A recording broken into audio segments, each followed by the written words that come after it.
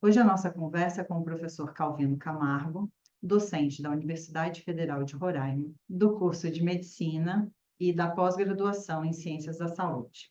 O professor Calvino Camargo é formado em Psicologia, com mestrado em Psicologia Clínica pela PUC Campinas e doutorado em Psicologia Social pela USP.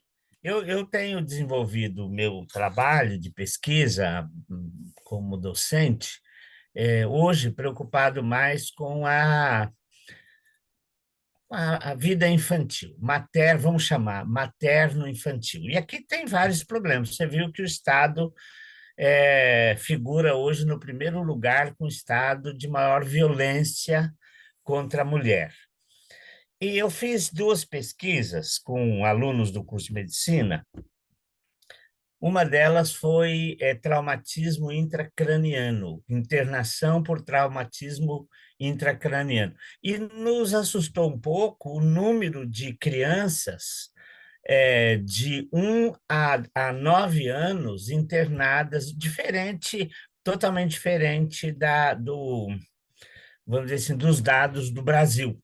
Então, nós fizemos a comparação entre Brasil, região norte e Roraima. Isso assustou um pouco. Aí eu comecei a me dedicar mais a fazer estudos epidemiológicos de criança. E a ideia é fazer essa articulação, é, caracterização epidemiológica materno-infantil. Então, o que eu preparei hoje? Eu preparei alguns dados sobre nascimento. Você sabe que a epidemiologia ela tem três preocupações fundamentais, quatro talvez. Mas a primeira delas é assim, como as pessoas nascem, não é? Segunda é de que elas adoecem. E a terceira é como elas morrem. Para entender um pouco esse ciclo evolutivo da presença de doenças de saúde e doença na vida das pessoas. Então, a epidemiologia descritiva clássica, ela discute esses fatores, né? Como as pessoas nascem, em que condições elas nascem, e aí tem uma série de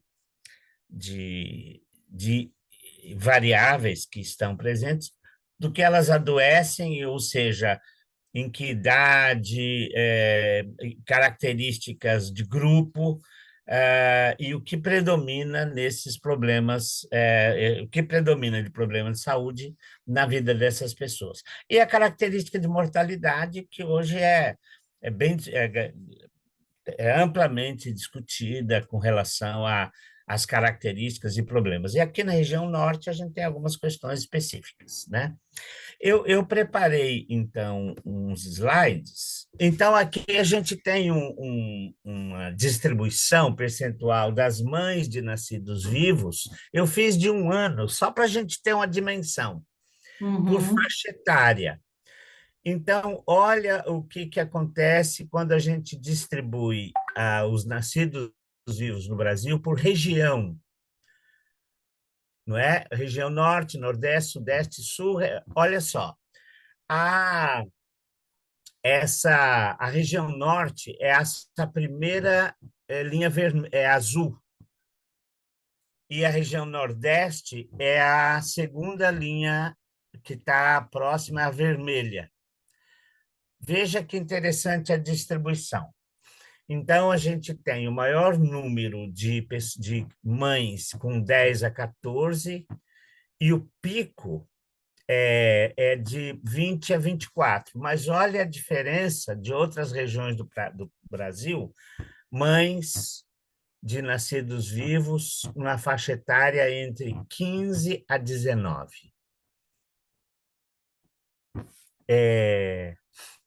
Então, aqui, na 10 a 14, a gente tem um dado curioso, que ela representa mais de 50%, quase o dobro de mães de 10 a 14 em relação a outras regiões do Brasil, por exemplo, como olha só, todas as regiões é o verdinho.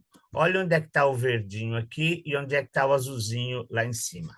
ele representa quase o dobro. Isso quer dizer o seguinte: região norte e região nordeste têm a maior quantidade, maior percentual de mães na faixa etária entre 10 e 19 anos. Então, é um dado que a gente precisa considerar em termos de acesso à educação, acesso à saúde, acesso a políticas sociais. E o que está acontecendo? Veja, isso é de 2022. A pergunta é assim, o que está acontecendo que não se toma providência a respeito disso? Não é? Isso é histórico. A gente tem historicamente esse número, essa distinção. Será possível fazer alguma coisa? O que acontece? Né? Então, este é um dado importante para a gente considerar para uma discussão sobre a condição de nascimento. Quais são os desafios, as possibilidades, os problemas para uma mãe e para a criança de 10 a 14, de 15 a 19? Por exemplo, existe uma política que chama Política Nacional de Saúde Sexual e Reprodutiva. Como é que isso está sendo colocado em prática, por exemplo, no contexto da atenção básica nas escolas? Quais são as ações de saúde, de educação e saúde que são desenvolvidas nesse aspecto em relação vamos chamar de gravidez precoce, porque uma gravidez de 10 a 14 não tem dúvida nenhuma que é gravidez precoce. E 15, eu considero gravidez precoce de 15 a 19, porque, vamos dizer assim, a mãe, a adolescente, neste caso, ela está num período ainda em construção, em desenvolvimento, em acesso à educação, preparação para o trabalho, etc, etc. Então, isso é um problema. Eu tenho uma outra informação, eu não vou acessar para não mexer aqui, mas a gente tem em torno de 22% a quantidade de mães da região norte que tem criança nessa faixa de 10 a 19 anos. Então, isso é bastante preocupante. E é interessante porque é um dado, vamos dizer assim, que não é um dado específico de saúde, mas é um dado que está correlacionado a uma situação relacionada à saúde por causa do processo de gravidez, e a gravidez e o pré-natal são procedimentos específicos no campo da saúde, e assim precisa ser. Olha só, esse é um dado interessante que nos chamou a atenção num primeiro momento que a gente começou a trabalhar com isso. É a distribuição de mães por estado civil. E aqui tem o dado, aqui tem o percentual. Olha que interessante. Na região norte e na região nordeste, a região norte é o segundo maior percentual de mães que, no momento do parto, se declaram solteiras. Olha que curioso. Então, a gente tem uma média, Brasil, 49, que é o azulzinho, o azul mais escuro. Cadê o azul?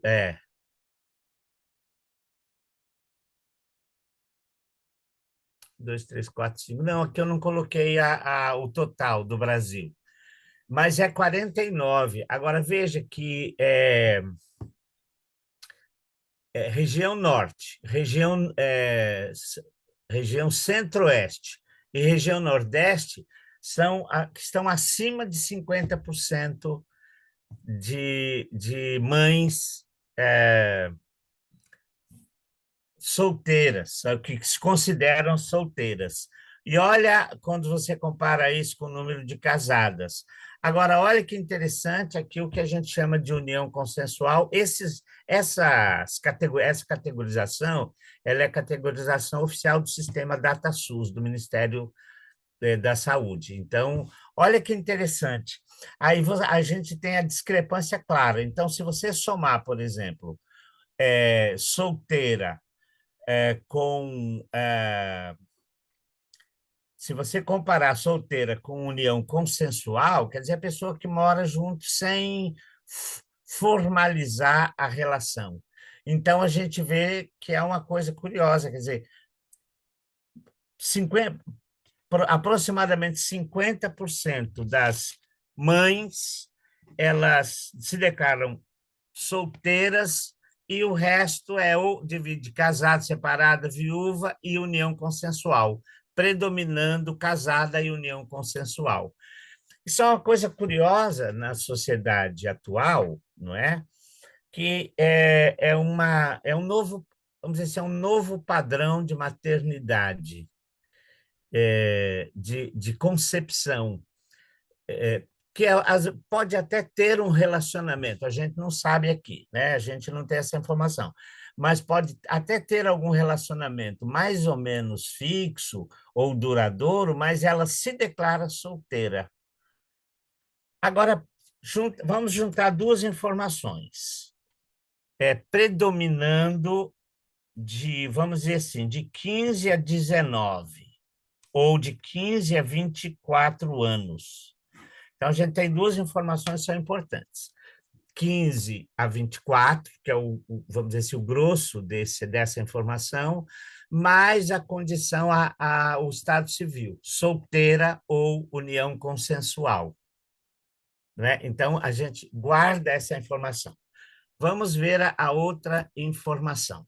Passou para vocês? Ó, Passou.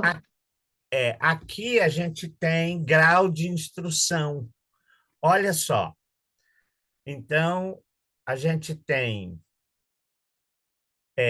Vamos pensar numa mãe com de 15 a 19, ela estaria aqui, vamos dizer assim, nessa faixa de 8 a 12, ou se a gente incluir 24, estaria 12 ou mais, que seria ensino médio completo ou já inserida no curso superior. Agora, olha o que a gente tem aqui. Ó. A gente tem uma porcentagem que talvez dê aqui uns 3%, 2,5%, de nenhuma formação, e a quem a gente tem de 4 a 7 para baixo. Então, vamos dizer assim, abaixo do esperado para a idade, em termos de formação. Então, a gente tem um grupo, talvez seja aí um grupo entre 15% a 17% dessas mães que têm idade, vamos dizer assim, gravidez precoce, ou numa idade ainda recente, criança ou adolescente, não é? Que tem baixa escolaridade e que se declara solteira. Então, a gente poderia juntar essas três informações e começar a pensar, por exemplo, no nível de vulnerabilidade dessa parcela, desse grupo, não é? Talvez esse seja o dado mais significativo para a gente pensar, por exemplo, no nível no grau de vulnerabilidade ou na condição de vulnerabilidade com essas três informações importantes. Então, vamos chamar esse pacote que são informações sociodemográficas que caracterizam essas mães. É interessante que são mães que tiveram seus filhos em 2022. Portanto, hoje, a criança deve ter aí entre 1 ano e meio a 3 anos. não é? Estou dizendo, colocando nesses termos, considerando aí o período que foi feito o levantamento, o período que é a informação. Então, a gente tem mães, um número significativo de mães que têm criança de 1 a 3 anos com esse nível de vulnerabilidade, com baixa escolaridade e com idade, pouca idade, ainda na faixa da adolescência ou pré-adolescência em alguns casos. Tá certo? Então, só para a gente pensar um pouquinho. Eu também incluí algumas informações mais relacionadas, por exemplo, a como é que foi o acompanhamento em saúde nesse processo de gravidez. Então, ó, distribuição percentual das mães de nascidos vivos por consulta pré-natal. Então, olha que curioso. Então, a gente tem aqui, ó, aproximadamente na região norte, 25% ou mais, talvez 27%, que teve pré-natal ou não fez pré-natal ou pré-natal inadequado. Olha o que fez adequado mais que adequado. Cai significativamente. A mesma coisa, proporcionalmente, né, acontece com a região Nordeste. Então, novamente, a gente tem aqui uma certa precarização no processo de acompanhamento do pré-natal, que olha aqui, ó, não faz, é, é perto de 3%, e depois em torno de 25%, 24%, 25%, o que fez inadequado. Segundo a Organização Mundial de Saúde, preconizado no mínimo 6 consultas pré-natais durante o período, que seria esse adequado.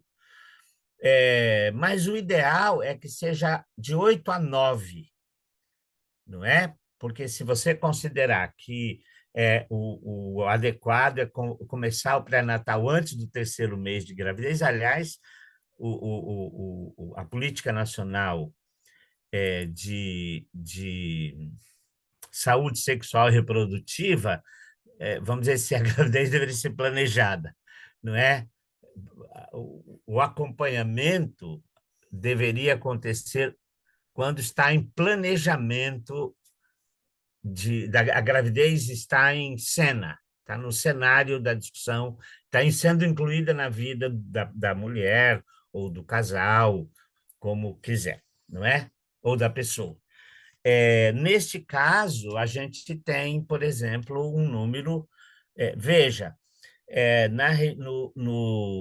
no Brasil total, ó, em torno de 15%, 15, 16% é o número de inadequado. Então, juntando aqui, seria em torno de uns 17, 18%. A média do Brasil. Quando você vai para a região norte, você tem, e isso chega lá perto de 30%, então em torno de 27%. Então, aumenta o nível de vulnerabilidade em relação ao processo de gravidez, ao cuidado em saúde no processo de gravidez. Então, aquela vulnerabilidade que tinha apenas um caráter, vamos dizer assim, sociodemográfico, ela também aqui, em termos de adesão e acompanhamento do cuidado em saúde no pré-natal, ela aparece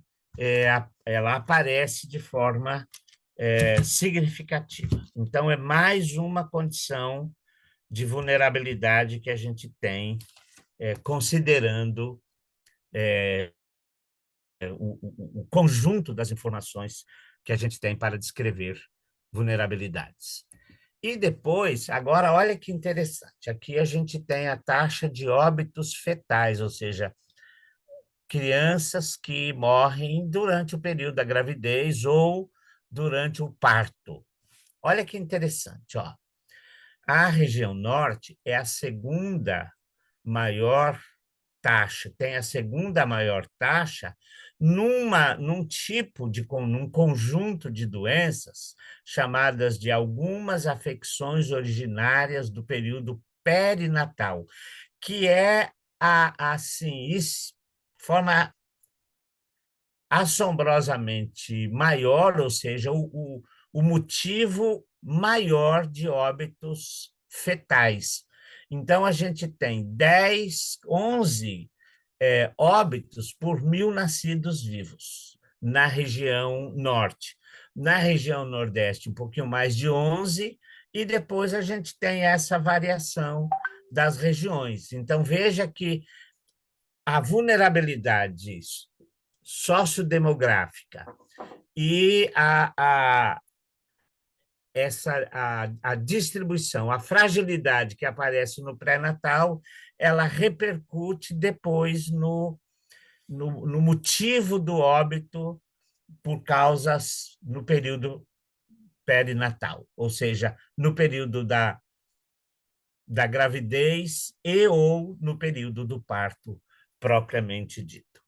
Então, esses dados, eu trouxe três dados relacionados à condição social, não é? Sociodemográfica, e duas informações importantes, uma relacionada a período a consulta pré-natal, que é o cuidado básico em saúde, e o outro último gráfico, que é óbito, que assim, é resultado de todo esse trabalho, do conjunto dos acontecimentos da vida dessa pessoa, desta mãe, que é jovem, não é predominante, com baixa escolaridade, que se declara predominantemente solteira ou relação consensual, que tem uma vulnerabilidade em termos de cuidado adequado em saúde em relação ao pré-natal, e tem essa distribuição de óbitos por causas, não é? Doenças infecciosas parasitárias e malformação congênita, deformidades e anomalias cromossômicas, que aparentemente é pequeno, mas é pequeno percentualmente. Mas quando a gente divide isso, quando a gente transforma isso em taxa, isto é significativo. A gente tem uma taxa no Brasil de 8,6 óbitos por 1.000, 8,6 nascidos com malformação congênita por 1.000.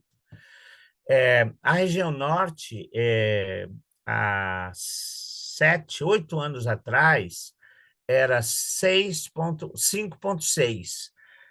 Hoje já passa de 7.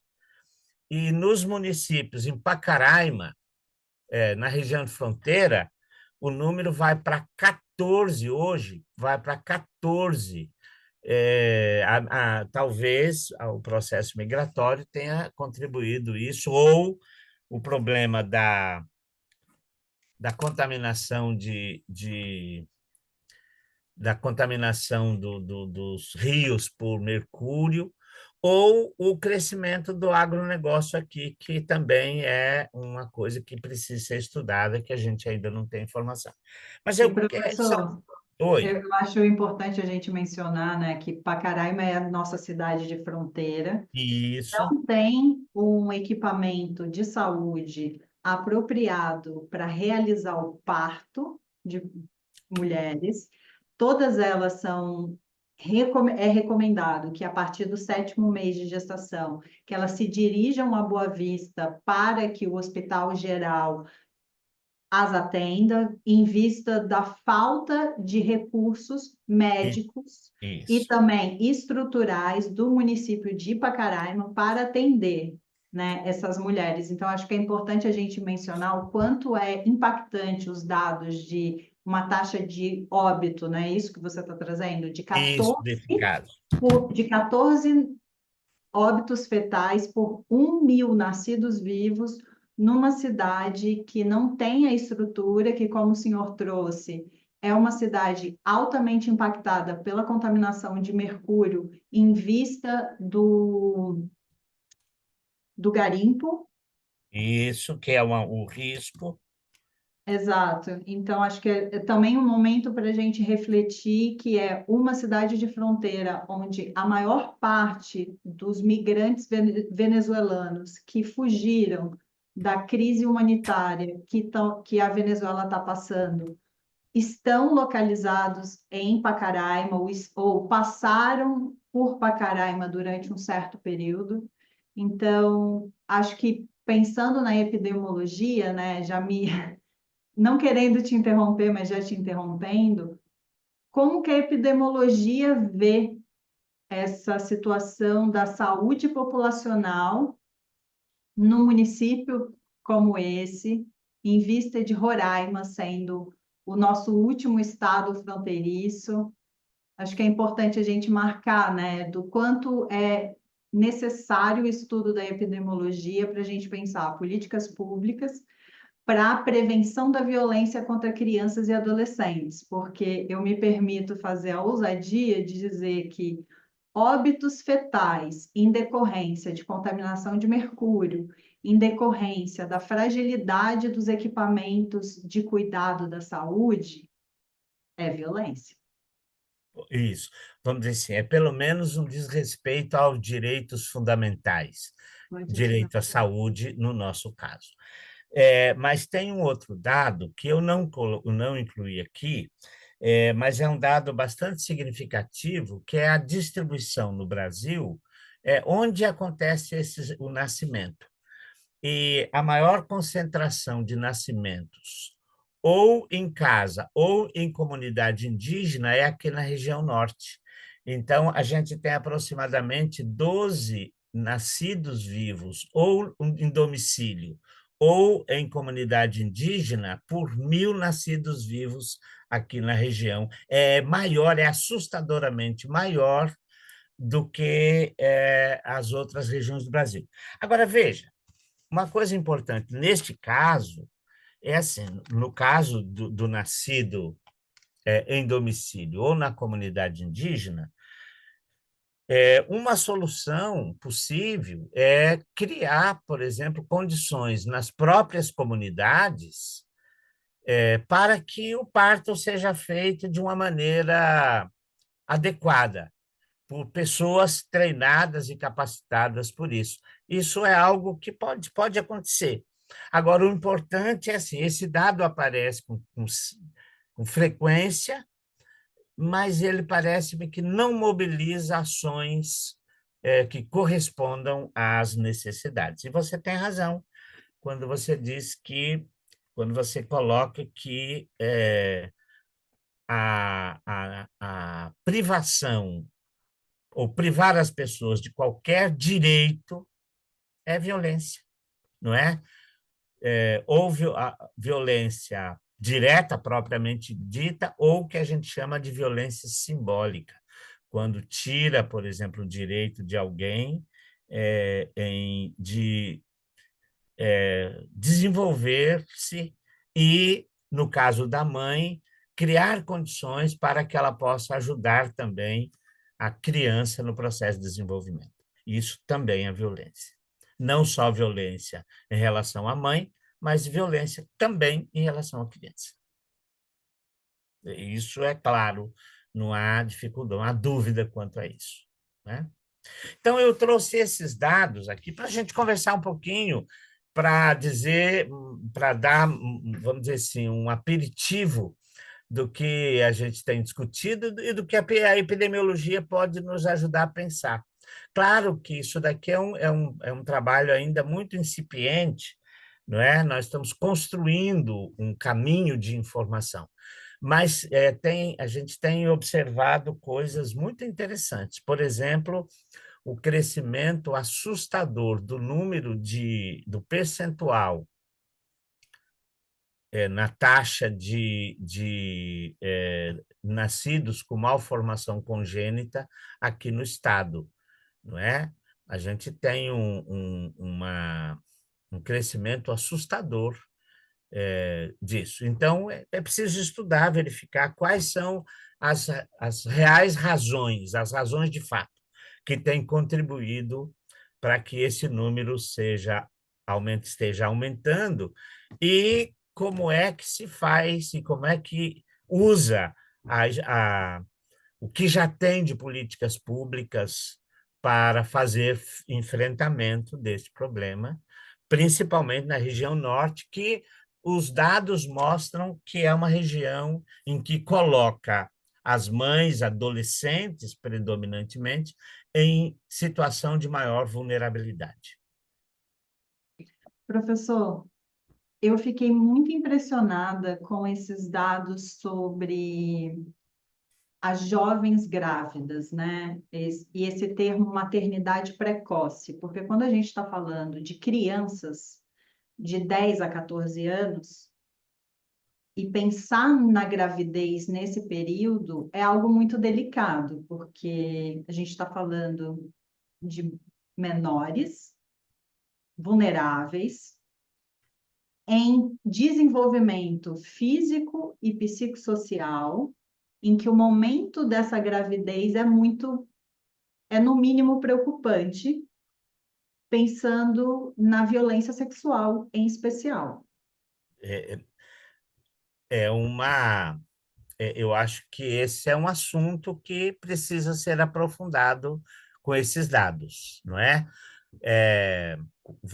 Quando você considera, por exemplo, a gravidez de 10 a 14, é preciso incluir uma suspeita aí mesmo sobre a natureza do processo de gravidez. Isso é importante, né? E talvez aí aprofundar essa discussão e, quem sabe, trabalhar um pouco com os profissionais de saúde para um melhor registro, uma melhor notificação e estratégias de identificação e de encaminhamento dessa situação, né? E é curioso, novamente, a região norte é a região que tem o maior percentual. É também uma das nossas maiores regiões em território, né? Isso. Mas não é a maior em população, isso que é curioso, não Uhum. é? Ou seja, Então, a gente poderia ter uma melhor formação dos nossos profissionais ou uma melhor atualização dos nossos profissionais para aumentar, para ampliar o acesso e a garantia de direitos. isso mesmo, exatamente. Tem outro dado aqui que eu também não. Ele aparece, ele está na planilha, que é uma categoria que no sistema do DataSUS ele chama de, quando não tem o dado, quando não tem a informação, ele chama ignorado. É muito curioso, essa é uma coisa que me chamou a atenção, porque também aqui a gente tem um ignorado muito alto.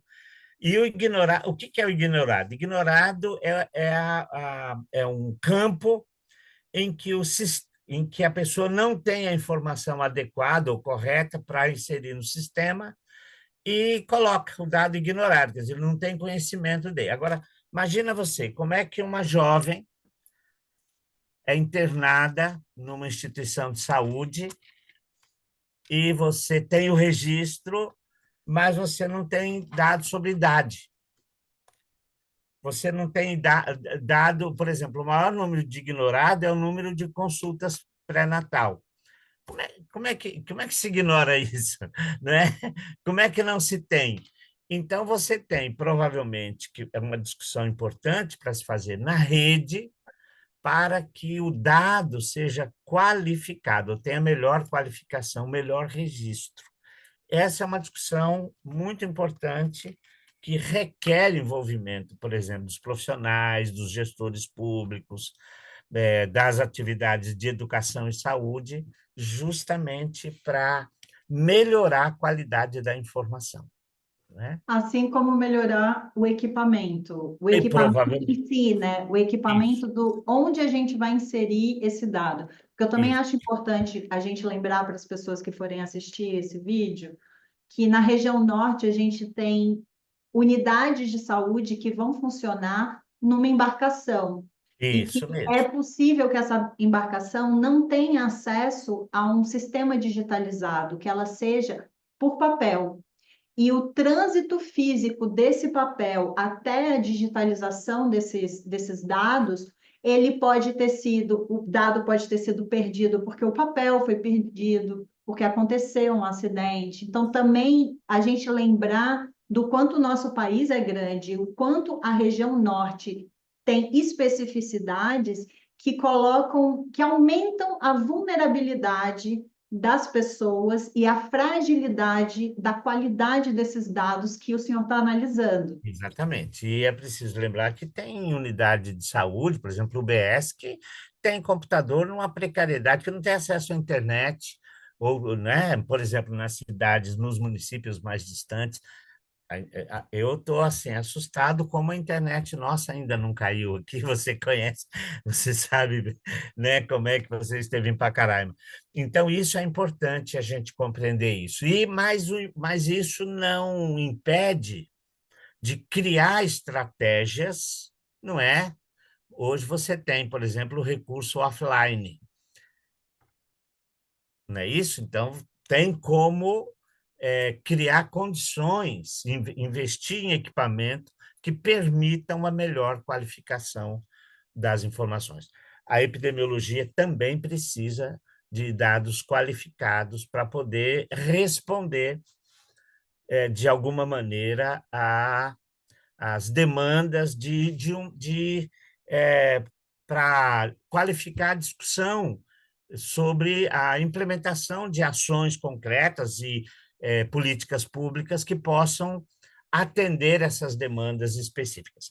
Não apenas demandas de saúde, mas dados e informações sociais que deem a possibilidade de compreensão das condições psicossociais dessa população. Então, por exemplo, quando você diz assim, olha, a gente tem 50% das mães de nascidos vivos em 2022 se declararam solteiras. Bom, quais são as implicações disso? Como é que isso circula? O que está acontecendo? Como é que essas mães, principalmente as mais jovens, são acompanhadas? Então, essa informação é uma informação importante, não é? Porque o fato dela se declarar solteira, ou ela tem o apoio dos pais, de algum familiar, ou ela está em situação de fragilidade nas suas relações sociais e comunitárias. E acho que também é importante a gente lembrar da fragilidade alimentar, Por a exemplo. vulnerabilidade alimentar, em especial durante o período da gestação. E isso pode implicar, por exemplo, no nascimento com baixo peso, não é? Ou óbito fetal. Isso tem implicações diretas no nascimento com baixo peso e no óbito fetal diretamente. Aí eu Veja, já somo. Por favor, continue. mas veja que o maior percentual está justamente nesse processo de óbitos perinatais, nessa questão específica, que pode ser, por exemplo, claramente uma gestação, um desenvolvimento prejudicado em função de dificuldade de alimentação, de contaminação por, por outros problemas. Então, é uma fragilidade e é uma afronta ao direito que essas pessoas têm. E aí eu somo a isso uma criança de 10 ou 11 anos, grávida, passando por vulnerabilidade alimentar, sem acompanhamento ou com pouco acompanhamento de saúde, talvez por conta do deslocamento, talvez por conta da falta de informação da necessidade de um pré-natal. Então, acho que esse quadro todo traz para a gente a necessidade de olhar para isso com mais cuidado e, em especial, para esses dados, para se pensar uma estratégia mais apropriada. Isso, sim. É uma estratégia mais apropriada que envolva diferentes equipamentos de políticas públicas, não é? Porque quando você fala, por exemplo, de 10 a 14, está falando de criança em situação de vulnerabilidade mesmo, de vulnerabilidade em função das demandas de mudança fisiológica que a gestação produz, de mudanças psicológicas e de impacto social disso, não é? Imagina como é que uma menina de 13 anos grávida vai para a escola, vai fazer as suas atividades, não é? Como é que ela vai se desenvolver, por exemplo, como é que é a relação familiar, a relação no contexto das amizades, então, isso é importante. E talvez isso não tenha merecido o cuidado tal como a gente está pensando neste momento. Então, esse talvez seja o grande desafio, ou um dos grandes desafios, para atuar e trabalhar com essa população. Vamos dizer assim, eu coloquei isso no âmbito da saúde, porque é o meu campo de trabalho, né? Eu fiz essa apresentação mais simples, bastante rudimentar, mas para a gente, para chamar atenção, dizer, olha, a região norte tem algumas fragilidades que precisam de uma atenção mais intensa e mais focada. Não, professor, uma apresentação incrível, porque esses dados chamam muita atenção, eles são impactantes, e eu digo que é muito importante a gente ouvir também da medicina que isso está sendo estudado, porque às vezes as pessoas acham que esses dados são apenas estudados por gestores públicos, ou eles são estudados por pessoas que estão na academia, na universidade, de outras áreas, ou de uma área de administração pública, ou de uma área da estatística. Mas não, a medicina também estuda isso. E aí, pensando nessa sua atuação enquanto professor da Faculdade de Medicina da Universidade de Roraima, como que você avalia a interação dos alunos com esses dados, com essa compreensão da necessidade intersetorial do cuidado? Porque eu acredito que isso ainda é um desafio para nós, Brasil, a compreensão da necessidade intersetorial de articulação do cuidado da pessoa humana, em especial quando a gente vai falar de crianças, mais especial ainda quando a gente está falando de crianças grávidas. Uhum. Bom, hoje é consenso, né, nas áreas de saúde, nas diferentes áreas de saúde, esse cuidado é necessário com vamos dizer assim, com o acompanhamento da pessoa no seu desenvolvimento. E em função de todo o marco regulatório sobre os problemas que circundam a vida das mulheres, sobretudo das mulheres nesse processo de gravidez, isso é bastante discutido em diferentes momentos da formação médica, não só da formação médica, da formação em enfermagem, formação em psicologia, da formação em saúde. Hoje, uma área de conhecimento que faz parte ativamente da formação profissional é que a gente chama no Brasil de saúde coletiva, mais amplamente conhecido como saúde pública. Então, isso faz parte da formação. Aliás, isso é conteúdo obrigatório em diferentes momentos do processo de formação, não apenas do ponto de vista teórico, mas também do ponto de vista prático. No caso da formação em medicina, os alunos interagem com a comunidade desde o primeiro ano. E eles já participam de atividades, por exemplo, no início do curso, atividades em educação e saúde, a compreensão desses problemas no território, no âmbito da atenção básica. Então, isso acontece de forma bastante frequente. É claro que nem sempre a gente tem condições de fazer um recorte, como a gente está fazendo agora, discutir especificamente dados que circunscrevem uma situação específica, que é o caso, a pergunta, né, clássica da epidemiologia: como nascem as crianças na região norte, né? E mais especificamente, como nascem as crianças em Roraima. Agora, veja, esse dado ele é importante para quem atua diretamente no processo, que faz intervenção direta com a população, quanto para quem faz gestão em saúde. Então, neste ponto é que todos os profissionais da rede se encontram diante de um fenômeno importante, que é assim, o dado que chama a atenção e nos convida para reflexões constantes e significativas em torno desse problema. Bom, porque é o seguinte, a gente não tem ainda, né, uma qual é a idade adequada para uma mulher engravidar, né? Vamos dizer assim, não tem uma resposta definitiva. Mas talvez, por exemplo, o estudo de anatomia, de morfologia, de psiquiatria, de psicologia pode dizer assim, olha, o ideal seria que engravidasse quando estivesse assim uma vida mais estruturada, talvez numa faixa assim a partir dos 18 anos, não é? Ou quando ela decidir dizer assim, bom, agora é a hora, tenho a minha trajetória formada. Ok, isso seria o ideal. Para isso, talvez a gente possa contar com a política nacional de saúde sexual e reprodutiva, porque uma coisa é a capacidade reprodutiva do organismo da mulher, outra coisa, talvez não tão próximo assim, é a sua condição psíquica, vamos dizer assim, de se realizar, de fazer uma escolha consciente, capaz de corresponder, por exemplo, às necessidades de um recém-nascido e às necessidades do processo de desenvolvimento de uma criança, não é?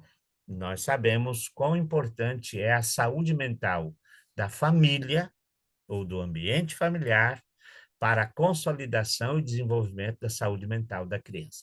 E é isso que tem me chamado a atenção para estudar esse problema, assim, como nasce, mas não é só como nascem, é assim, quais são as condições psicossociais nas quais nascem essa criança, os seus interlocutores imediatos, as suas referências emocionais próximas, como é que elas vão preparar o mundo para acolher essa criança e em que condições esse desenvolvimento vai se consolidar, não é? Então, são questões importantes que envolvem a psicologia, a psiquiatria, a medicina, a pediatria, a medicina, família e comunidade, a enfermagem e outros cursos e outras formações, os gestores para fazer planejamento.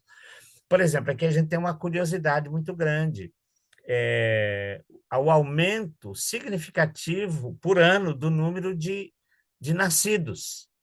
É curioso isso. Em algumas regiões do país, a gente tem isso diminuindo. Aliás, no Brasil, de 10 anos para cá, cada ano o número de nascidos diminui, mas aqui no estado de Roraima aumenta. Claro que isso tem impacto, por exemplo, na necessidade de construção de equipamentos públicos para dar conta das demandas de educação, de saúde, de segurança, etc. As condições de via pública, as condições ambientais, por exemplo, para preservar o pulmão dessas crianças, a necessidade de saneamento básico. Veja, isso requer o controle de determinados problemas de saúde, né? A circulação de determinados vírus ou de determinados agentes infecciosos. Então, isso requer um planejamento.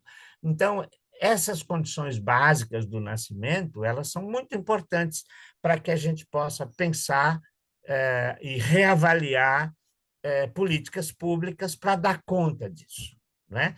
E aí é preciso de um esforço conjunto para que a gente possa fazer frente a isso. A universidade pode fazer, num primeiro momento, isso que nós estamos fazendo aqui, levantar informações e dizer, ó, este é o cenário, não é? Esses são os desafios. E talvez seja preciso pensar isso nessa direção. Mas quem vai tomar a decisão são os os gestores e aqueles que têm poder de decisão, não é? O nosso trabalho seja alertar, oferecer o dado e chamar para reflexão. É isso que a gente pode fazer por enquanto. Nossa, professor, muitíssimo obrigada, porque são reflexões muito importantes que nem sempre a gente tem a oportunidade de ouvir, principalmente vindo de uma pessoa que está explicando para a gente não só da onde está vindo esse dado quant, mas quais são os outros fatores que interferem nesses dados e quais são todos os outros setores que podem contribuir ou para fragilizar ou para fortalecer, né? Então, muito obrigada. Eu que agradeço. E estou sempre à disposição. Que precisar dessas informações, né? A gente junta essas informações e Que toca o esse, barco. Esse que é o nosso esse seja trabalho. o primeiro de muitos, Ah, né? muito bem. Que, Estarei sempre à disposição. professor, muito obrigada.